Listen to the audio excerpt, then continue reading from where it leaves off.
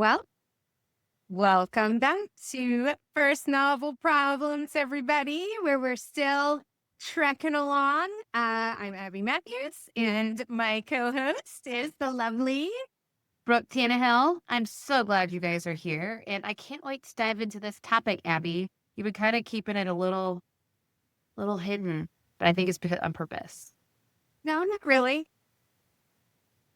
There's no mystery here. There's not? No, Oh, we're usually talking I about titles. It's like the first thing everybody's going to want to know. You're writing, oh, oh, what's it called?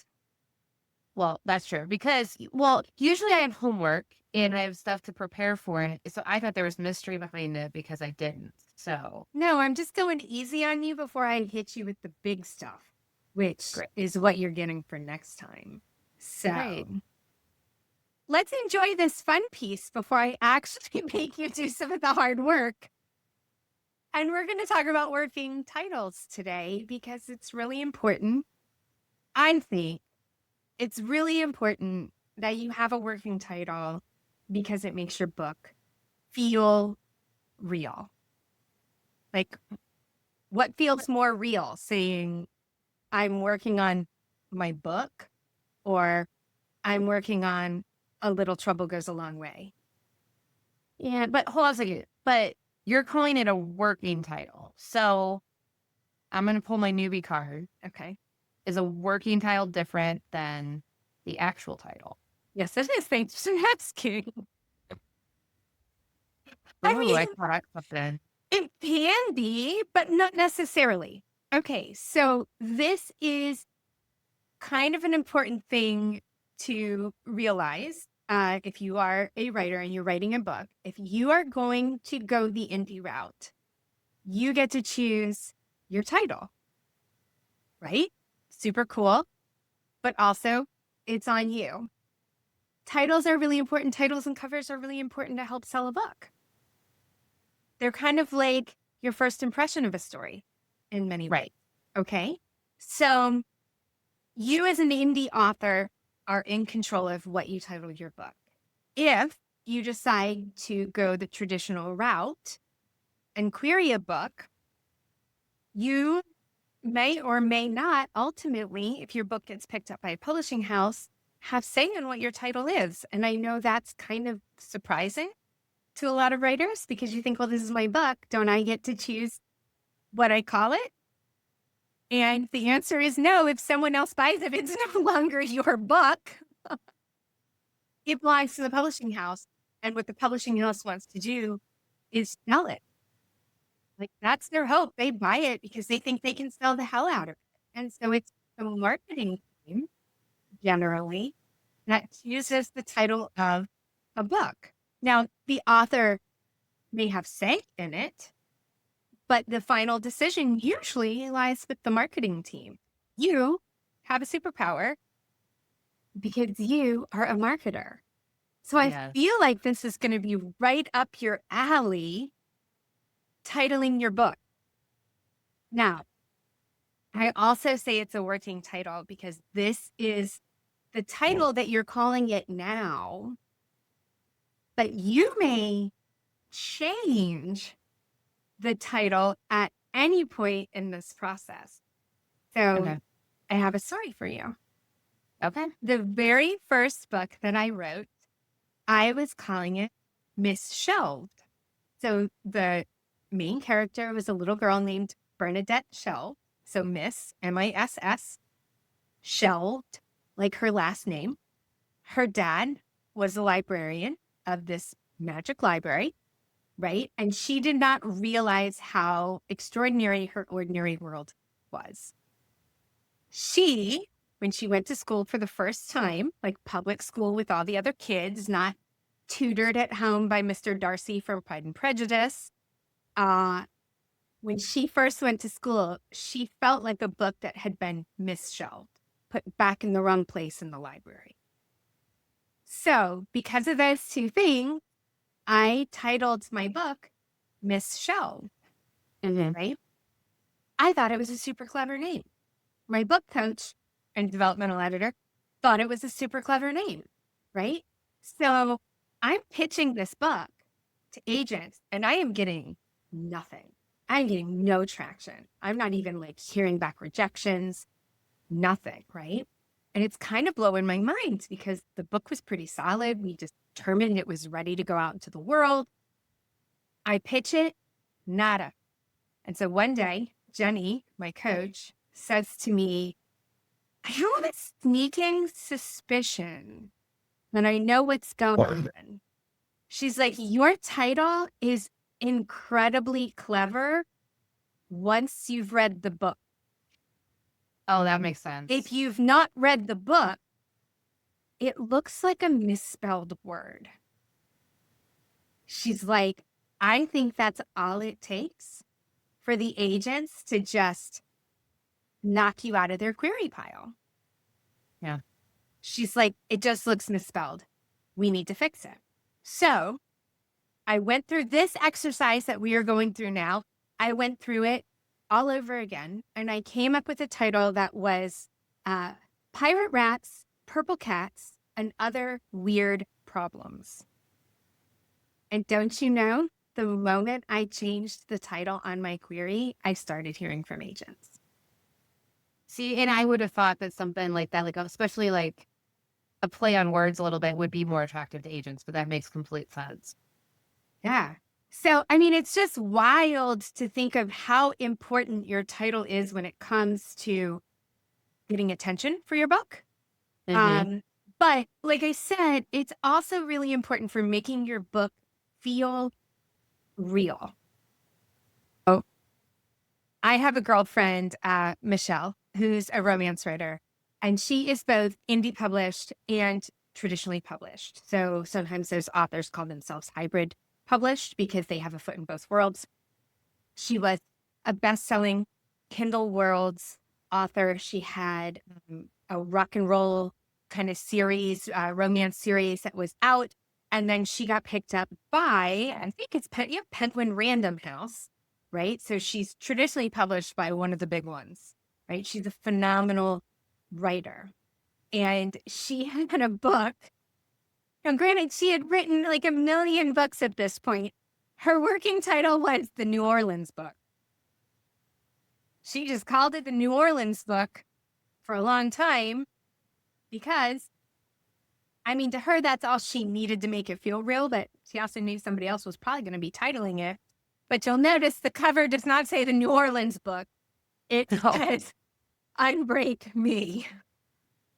So your working title is, grain of salt. Whatever you need to call it to make it feel real for you is good enough because you have the ability at any point in this process to change it. But I really like thinking about it now because we've just talked about genre, and titles have a pretty strong genre pull to them. And so if you think about romantasy, and I don't write romantasy, but it's like A Court of Thorns and Roses, Hill of Blood and Swords. Like they have that rhythm, that pattern that romantasy books tend to fall into when they're titled. We have like middle grade books. Oftentimes will be the character's name and then the title of the book. So like Timmy Failure, Mistakes Were Made, right? Some genres had single word titles are sort of the trend. There are trends that happen in the market when it comes to titling that if you don't know what you're going to call your book, you can look up other books in your genre and see if you can identify trends on what are selling to help you have an idea of what you can call the book yourself. Yeah. So we need to look at your book now and decide, can you come up with a working title that you see is going to fit your book?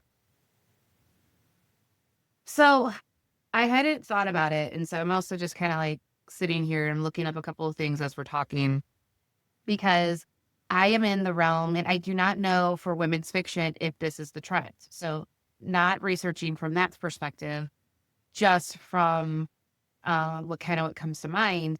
And I really like, again, like the one word titles. So I almost feel like the words uncovered and disclosed come to mind. Okay. So, especially because a lot of what the book is going to do is uncover what has actually been going on for Christine's whole life at this point. Um, Also kind of like disclosed because it's going. So those are kind of the two words that come to mind, but I don't know. Is it disclosed or undisclosed? Yeah, it could be undisclosed. So what I would suggest to you, and this is what Jenny, my first coach, made me do, and how I landed on Misshelved in the first place was, I think she challenged me to come up with like 40 titles that could possibly be the title of my book. And I say 40 titles because I did this exercise at the same time that my best friend Melanie was doing the exercise for her book. And we had such a good laugh because she had 2 columns of titles down her page. And when she showed it to her husband and said, "Can you help me narrow it down?" Her husband, who's a physicist like my husband, so thinks totally differently than creative people think, his response was, the left-hand column is better than the right-hand column. And she was like, what the hell does that even mean? How are you even helping me narrow this down? The left-hand column of titles is better than the right-hand of titles. So it was just ridiculous, but she must have had a ton of titles to be able to have 2 columns written on her notebook page that she showed her husband. So what I would suggest to you is, let's come up with a whole slew of titles that you think may work. So I would start off by writing uncovered, disclosed, undisclosed, right? Start sort of making your own list. Then go to the internet and look up some other women's fiction books. Like, look up what's selling. See if you can identify a pattern, because that might shake loose a few more pieces. You do not have to adhere to a pattern if you don't feel like it fits your book. So let's just kind of be clear here. And like I pointed out before, just because you pick something now before you write the book does not mean that by the time you go to sell it or pitch it, the title will be the same. What we're doing is we are literally trying to make this book feel real for you, because that's going to help motivate you to keep going. Something more real than Michelle's New Orleans book. Hey, if it works. Did it for her. Did it for her. She's in a different category than me. I like to have a good title to work with. And I can say that, like, so Hank, our partner in crime at Dabble, he likes to start with the title. Like, he says that's usually one of the very first things that comes to him. I have to work on my titles. Like, yeah, I've got to feel it. And sometimes I don't really feel it until I get into the book. And whatever it is I've picked will either click, or I'll be like, oh, that's not right. And I'll change it midstream. So I have changed my main character's name after 3 solid drafts before. So nothing is written in stone here. As a matter of fact, I had an amazing title that I was hit with the other day for a YA rom-com. And I just opened up my Dabble account. I opened up a new project. I put that title in. There is nothing else in that project but the title. And I am bound and determined I'm writing that one next. The title is that good. Well, and also, I don't know if I'm giving away too much because I know there's some upcoming stuff, but that's one of the reasons why I'm so excited about the idea book that's coming with Dabble. I'm not going to give away anything else, but because I've been writing it down in little notebooks, but just be able to file stuff in there and have access to it. Put it all in one spot. Yeah. Yep. Because you lose notebooks. So So that is your homework for next time. Now, this is still fun homework because you can share your working title on the next episode, which is exactly what we need in order to do the next piece, because we're going to start talking a little bit about jacket copy. And I know there's going to be our viewers out there who are like, pump the brakes, lady. We've not even written the ding dong book yet, and you want me to write the part that goes on the back? And I'm going to say, yes. Yes, I do want you to write that. because I will tell you, that's like the complete opposite of how I thought it was going to go. Uh-huh. And this is not easy to write, by the way, but there is part of me that always feels like it's actually easier to write when you don't have 300 pages that you're trying to sum up. Oh, yeah. So we're going to sort of lean into that. And just like everything else, what you're doing now is a working jacket copy. It can change and morph and be totally different by the time your book actually comes out, but it's going to help you put you in the right headspace.